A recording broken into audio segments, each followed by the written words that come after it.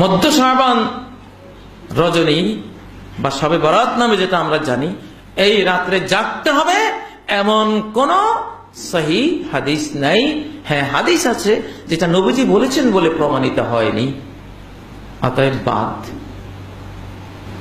আরব জাহানে যান, এই রাত্রে সবাই ঘুমাচ্ছে, মক্কার ইমাম ঘুমাচ্ছে, মদিনার ইমাম ঘুমাচ্ছে, বিশ্ববিখ্যাত কারি সুদাইসি ঘুমাচ্ছেন, আলী আল হুজাইফি ঘুমাচ্ছেন। কেউ জানেই না যে আজকে কি একটা রাত চলে যাচ্ছে, ওরা জানেই না।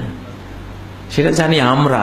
তোমরা কি জানবা? মক্কার মানুষ, মদিনার মানুষ, তোমরা কি জানবা এই রাত্রে কি ফজিলত? আমরা এই দেশের মানুষ, এটা আমরা জানি।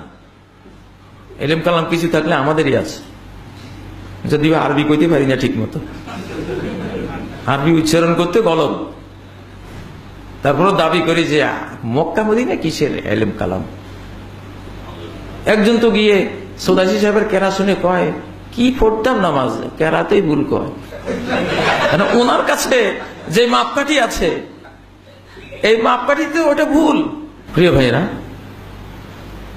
এই রাতে কোনো আমল, কোন রোজা, রাত্রি জাগরণ, হালুয়া রুটি ভক্ষণ, গোসল করণ, কবর জিয়ারত করণ, আল্লাহর কাছে জেগে জেগে ক্ষমা প্রার্থনা করা, এই রাতে বিশেষ করে এই রাত হিসেবে, শবে বরাত হিসেবে, আজকে বরাতের রাত, আজকে এগুলো করতে হবে, এই হিসেবে যদি কেউ করে, টোটাল বেদাতে পরিণত হবে।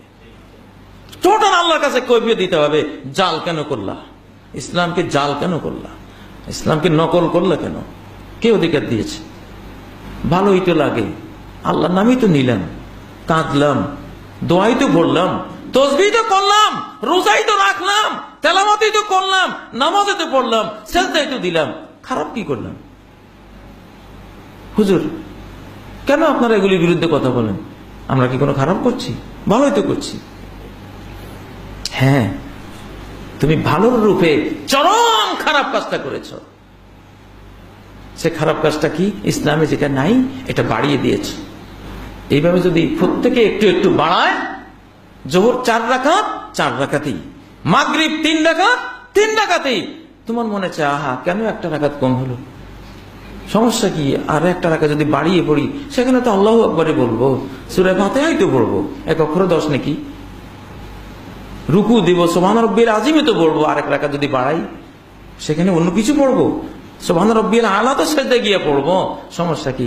এই খামাখা 3 রাকাত আরেক রাকাত বাড়াই পড়ি, মাগরিব 4 রাকাত, ভালোই তো করলাম, মন্দ কোথায় করলাম?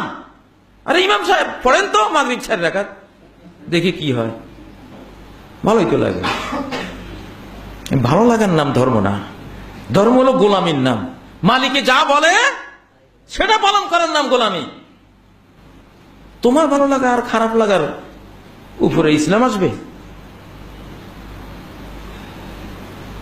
তাহলে তো ভালো লাগার নামে ইসলাম, যার যা ভালো লাগবে সবই করবে। একজন বলবে আমার ল্যাংটা হাঁটতে ভালো লাগে, দুনিয়াতে আসছি যে আদি লেবাসে এটাই ভালো লাগে, ল্যাংটা, ঠিক আছে, এটাই এখন ধর্ম, ভালো লাগতেছে, খারাপ কি? কোনো ঝক্কি ঝামেলা নাই, ইস্তারি করতে হয় না, জামা ধুইতে হয় না, খা মাখা রোডগার কিনা করে দোকানে যাও, কাপড় কিনো, আবার ছেড়ে আবার অপরিষ্কার হয়, ঝামেলা, এসে বাস আদি পোশাকে থাকে, ভালো লাগছে।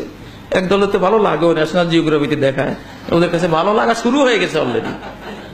এই ভালো লাগার নাম যদি ইসলাম হয়, তাহলে ইসলাম দিন ধর্ম যে কোথায় যাবে এটা খুঁজেও পাওয়া যাবে না কিছু।